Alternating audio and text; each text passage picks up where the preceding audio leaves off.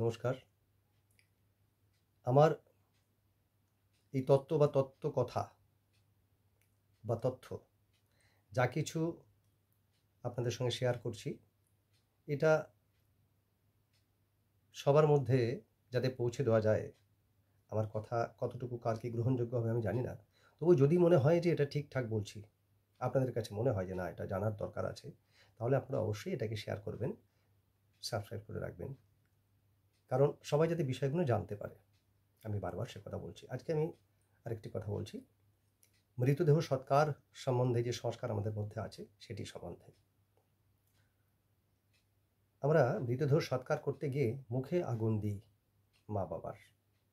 তো মুখে আগুন দেওয়ার প্রথাটা ঠিক কি?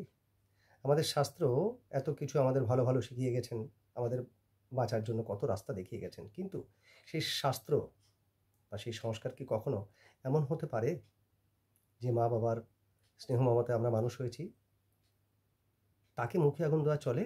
আমরা বলি শত্রুর মুখে আগুন। তাহলে এটা কি করে সম্ভব? আসলে এরকম কোনো প্রথা ছিল না। ঘোড়ার কথায় আসি। একদম অ্যানসিয়েন্ট টাইমে যে সময় মানুষ মৃতদেহ সৎকার সম্বন্ধে কিছুই জানতেন না, সে সময় প্রথম মৃতদেহ তো আগানে বাগানে পড়ে থাকতো, তাতে পচন দূষণ হতো। এ দেখে একটা ব্যবস্থা করবার জন্য প্রথম যখন সৎকার পদ্ধতি হলো, সেটি হলো কলার ভেলায় করে জলে ভাসানো পদ্ধতি।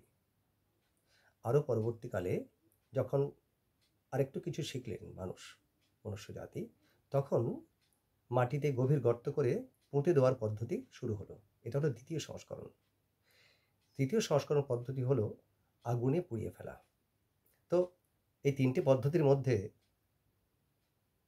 বিশেষ করে অগ্নি সংস্কারকে প্রধান হিসাবে গণ্য করা হলো। তো পণ্ডিতরা আগেকার দিনে যখন যা কিছু লিখে গেছেন শাস্ত্রে, সবই সংস্কৃত বা প্রাকৃত ভাষায়, সেখান থেকে অনুবাদ হিসাবে বা বিভিন্ন সংস্করণ হিসাবে আমরা সেটিকে পেয়েছি।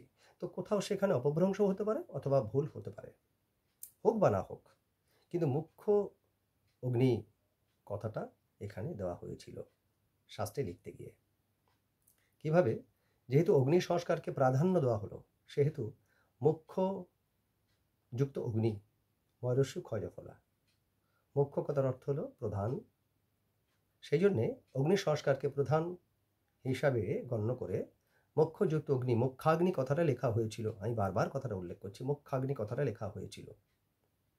তো তখনকার দিনে সন্ধিযুক্ত করার একটা প্রথা ছিল যে যে কোনো সংস্কৃত বাক্য, একটা বড় বাক্য সন্ধিযুক্ত করতে করতে একটা বড় শব্দে পরিণত করা হতো। তো যেমন আমি উদাহরণস্বরূপ বলতে পারি, কপালকুণ্ডলা উপন্যাস আপনারা অনেকেই পড়েছেন। সাগর সঙ্গমে নবকুমার যখন গেছিলেন, সেখানে প্রাকৃতিক বর্ণনা দিতে গিয়ে উনি বলেছিলেন, দুরাদশ চক্র নিভস্য তন্নি তমল তালি বন রাজনীলা আভাতি বেলা লবণম্বর আশরের ধারা নিবদ্ধব কলঙ্ক রেখা। ঠিক একই রকমভাবে সেখানে মুখ্যযুক্ত অগ্নি কথাটা লেখা হয়ে গেছিল, তাতে হয়েছিল মুখ্যাগ্নি। আর আমরা মূর্খ পণ্ডিতরা জফলা তুলে দিয়ে মুখাগ্নি বলে প্রচলন করতে শুরু করলাম। কি করা হয়? পাটকাঠি বা কিছু দিয়ে আগুন ধরিয়ে এক একটা পাক ঘুরে এসে মুখে ঠেকানো হয়, তারপরে তাকে চুল্লিতে দিলে চুল্লি অথবা চিতায় অগ্নি সংস্কার করলে পরে তাই করা হয়। কিন্তু এটা ঠিক নয়। দেখুন, চিতার চারপাশে ঘোরার একটা অর্থ আছে। চিতার নিচের দিকে চার কোণায় অগ্নি সংস্কার করতে হয়। তো চারদিকে যদি আমি না ঘুরি, তাহলে কি আগুন দেওয়া যাবে? বেদ মন্ত্র উচ্চারণ করতে করতে চারদিকে ঘুরে ঘুরে আমি অগ্নি সংস্কার করব। এই হচ্ছে আমাদের সৎকার পদ্ধতি, সঠিক।